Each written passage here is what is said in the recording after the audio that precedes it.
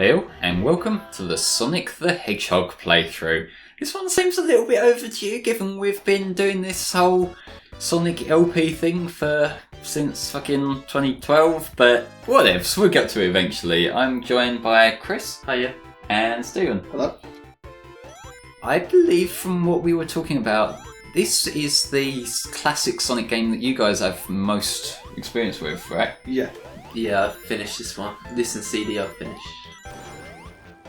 Yeah, CD is plenty of fun in itself, but for this one, this is going back to what started the series, and I've been sort of on a bit of a retro kick lately. Like, you know, I've got my new PC, and the first thing you do when you buy a gaming PC is, you know, play games from the early 90s that can run on a fucking oven timer at this point. But yeah, I've just been having a lot of fun with that, and I thought I'd go back, revisit classic Sonic. I've replayed this, got like this rundown for Sonic 1. I've also done Sonic 2, which you can see a non-commentary run-off over on the FC Playthroughs channel. Shill, plug. Because I am shameless as fuck like that. But yeah, this is Sonic at its most basic on the Mega Drive, or I'm playing the American version here, but yeah, no, whatevs. Because PAL Sonic, I actually remember playing that on my brother's Mega Drive. Playing Sonic slowed down on PAL hardware is not exactly fun. But yeah, for this one, if you remember when we did Sonic Genesis, if you did, I'm sorry, that playthrough was, yeah. like, you remember I just sort of dashed to the finish, I didn't really show off special stages. I'm getting a complete run here. I just thought, this game, given it's sort of a redo, as all the shit we've done this year has been sort of a redo, should probably go the extra mile, get all the Chaos Emeralds, show off the good ending. Even if the good ending is, like, you know, the bad ending except Sonic jumps differently, but fuck it. It's the principle of doing it. To start off with, we are in Green Hill Zone. Thoughts on Green Hill, Chris? Well, it is the definitive Sonic level, isn't it? It is. You're like sick of it, aren't you? Because of just how much it's been remade in other games. I wouldn't say sick of it, but I just feel like it's not the easy go-to, look, this is nostalgic anymore like it was a few years ago. Yeah. Because that's the thing that Sonic Team, well, Sega in general, don't seem to get with how nostalgia pandering works. You can only do it so many times because... For people just go, oh, I'm sick of it now. Yeah, well, it's not nostalgic anymore, is it? It's not like, oh, I remember this level, I played this when I was a child. It's... I played this the other week. Yeah, I played this in this game that came out last year. That's not really, you know... It kind of feels that way with the Gen 1 pandering at the moment with Pokemon. I guess a little bit, yeah. Always Pokemon Go and like putting the stuff... Well, putting more of the Gen 1 Pokemon in the games. Pokemon Go, I can understand with that. They're starting with the originals, of course. Yeah, but not mainly that, like the other games. Yeah, but with Sun and Moon, the Alolan Falls, granted, I do like quite a few of them, and they're bringing back Red and with that. But at times it's sort of like, can you move on from Gen 1, please? You know, give the other generations some attention. Yeah, like the Alolan forms are some of my favourite designs from Sun and Moon, but I would like to see some of, you know, other Pokemon too. You know, just asking Game Freak, just little simple request. But yeah, in terms of Sonic, you know, like they've reused like this kind of theme. They like even the next fucking game. Let's be fair, Emerald Hill is just Green Hill again. Yeah. Thankfully, Angel Island in 3NK, for all my faults with 3NK, it's not, is it? It's not just Green Hill again. And then Mushroom Hill, you know, later on, like from the Sonic and Knuckles half, that still feels a little bit different. This boss is so challenging, you know. Yeah. It's like Green Hill's kind of a staple go-to in a way. It's like this first stage needs to have some sort of reminiscence of it. I get that, and a lot of games do have that kind of thing. Like, you think Kirby, you think Green Greens, you think Mario, you think, you know, World 1 with a ground theme and these sort of wood, like, grassland areas. The thing with Sonic is that where Sonic has been in so many different, like, themings and atmospheres, sometimes Green Hill doesn't cut it. I guess in Sonic Adventure 2 it was a bonus level, so I won't rip on that too hard, but Green Hill is out of place in Sonic Adventure 2, let's be fair. But then there's also like, how does this fit in the same universe as Crisis City? Or Eggman Land? Yeah, that's what you're saying. It's just like, you know, you got all these fucking like real cities, real towns, and then you've got Green Hill Zone, you've got Sky Sanctuary. Marble Zone... Marble Zone, it's okay, I don't... You didn't like it at all though, do you? Like, because of the pace of it? The problem is the placement in the game. This is a terrible second level. Oh, right. Because, you know, you've dashed through Green Hill, you've built up that pace, you want to go fast, like you just got a taste for going fast. Now it's stop. Yeah, now stand on this block while it slowly crawls across the screen. That's riveting, that's fun. Yeah, you got a point. In some early builds, as far as I recall, and granted I might be wrong in this, I haven't actually looked at the beta stuff in a long time, but I seem to recall there being versions of the game where Labyrinth was listed second. Could you imagine going straight into fucking Labyrinth after Green Hill? That would be such a fucking killjoy, wouldn't it?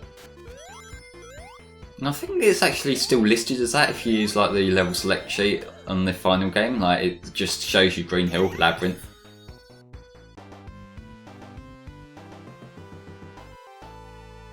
This stage slightly reminds me of a stage in Altered Beast. What game is that? I recognise the name. It is a Sega game.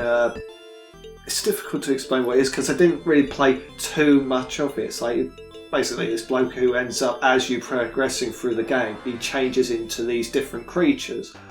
Like this werewolf that can sort of like kick fire projectiles. A Sega character who turns into a werewolf? Yeah, I know. But it's like he turned into different animals in each stage. One of the stages reminds me of this, with the aesthetics. Ah, cool. I might have to have a little look at that. I'm fairly certain one of the stages does remind me of it. I was saying earlier on, I've been on a bit of a like retro kick, and so I might actually have a look at some stuff. Like I've got a few other games. Like I recently actually went through and beat Rise Star, which is another Sonic Team game, which is a lot of fun. It's much slower than Sonic, but if you can bring yourself to adapt to that, it's really fun platforming. What do you make about the special stages, by the way, in this game? Yeah, I was going to get to them. What you have to do to get to the special stage, and the reason why I'm not dashing through as quickly as I could be, is you have to get 50 rings and then get to the end of the level.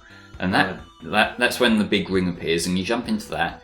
And the special stages, I think they're probably the least offensive of the classic games, not counting CD, because the CD ones are like probably the best of the classic special stages for the UFOs and shit. Oh yeah. It's like 3D, isn't it, in CD? Yeah, well, 3D looking with sprites. That's not 3D. Well, you know what I mean. Yeah, but I on the whole, I don't like the concept of special stages. I wish the games didn't rely on them to get the good endings. Like, it's just, you know, that's not really Sonic gameplay. It's, again, a pace killer, which is one of my biggest points of contention with Sonic in general. You got this great... Even though this game's not as fast as 2 or 3 in K, it's still got a pretty rapid pace to it. So to come out of that, you know, it's eh.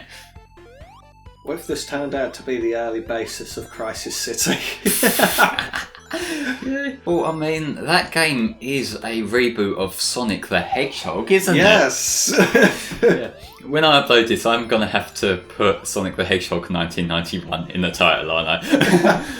Or Sonic the Hedgehog Mega Drive stroke Genesis, because, you know... Or Sonic 91. Yeah, I remember I sort of, like, sodded out with that when we were doing 06, and I just went...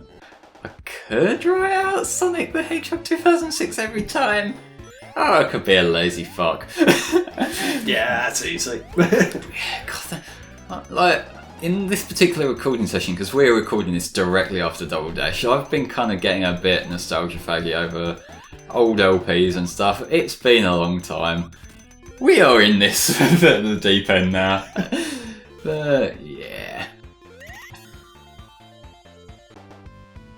now we're going back into a special stage, I'll be able to properly explain how the mechanics work. And I will say, for the sake of getting this run as clean as I have, I can't play this game anywhere near as well as you're seeing here. What I do is I use save states to, like, at the start of different sections, just so, like, if I take a bit long, I can go back.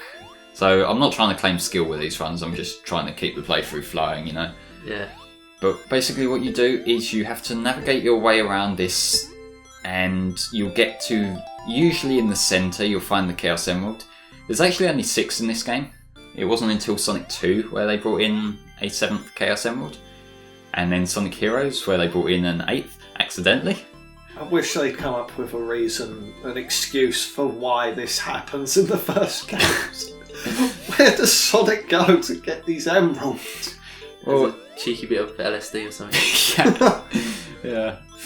Well, I'd say like the 8th one being in Heroes, like there was technically an 8th Chaos Emerald in Sonic the Fighters, as far as I recall. I don't know why. There just was. Whatevs. I mean, heck, any special stage, there needs to be some sort of explanation. Does Sonic just go to some other dimension? The only one I can think of where there isn't sort of explanation is in Sonic Advance 1. I know we skipped over that, but like to get into the special stages, you find these big springs somewhere hidden around the level, and they spring you up. And the special stage is Sonic falling back down, collecting rings. Said special stage is fucking shit to play. But at least we've got a reason. What there isn't a reason for though is Sonic bounces up as he normally is. He's run through the level and he bounces up on the spring. Somehow along the way he picks up a board and he falls down on the board. And then he loses the board when he falls back down. But he obviously just takes out the same place he keeps his rings. And he Yeah. just stuffs it back in. It's simple. Fact. Indeed. But yeah, speaking of special stages, they reused the Sonic 1 special stage sort of in Sonic 4 Episode 1. The way that changed is, in that version, as far as I recall, you actually control the stage itself. Like, you move the stage the way the stage itself spins round, and Sonic sort of falls into place, hopefully. And, like, in that, what I do appreciate in Sonic 4, like, although I wish I'd scrap the special stages, because honestly, fuck them, like, you can pause and restart. Unlike in the classic ones, or the Mega Drive classics at least, because technically Sonic 4 is a classic game, like it or not. But in those, you can just restart, redo it. Whereas in the classic ones, you know, you gotta like just find another ring later on, and you only get like, a finite number of attempts. Yeah, how do you think this game holds up to Sonic 4? What would you say? Like, Sonic 4 is a controversial most one. people don't like it, do they? No, most people don't like it. I can completely understand why people don't like it, because the physics are wank. Yeah. The physics aren't Sonic physics. Like, there's terrible momentum. Is it really? I thought, Yeah. was it be quicker than this one? It's Speed-wise? quicker because they put boost pads everywhere. It's not naturally quicker. Right. Oh, okay. Yeah. And that's the difference between how Sonic rewards you with momentum in some games and forces momentum in others. Yeah. Because in the classic games, you earn momentum through, like, not getting hit, not running into shit, and it feels rewarding. Whereas other games, particularly the Dimps ones, like Sonic 4 in particular, you either walking, running at a moderate pace, or you are being boosted. But yeah, we'll be covering some more levels next time in the Sonic the Hedgehog playthrough.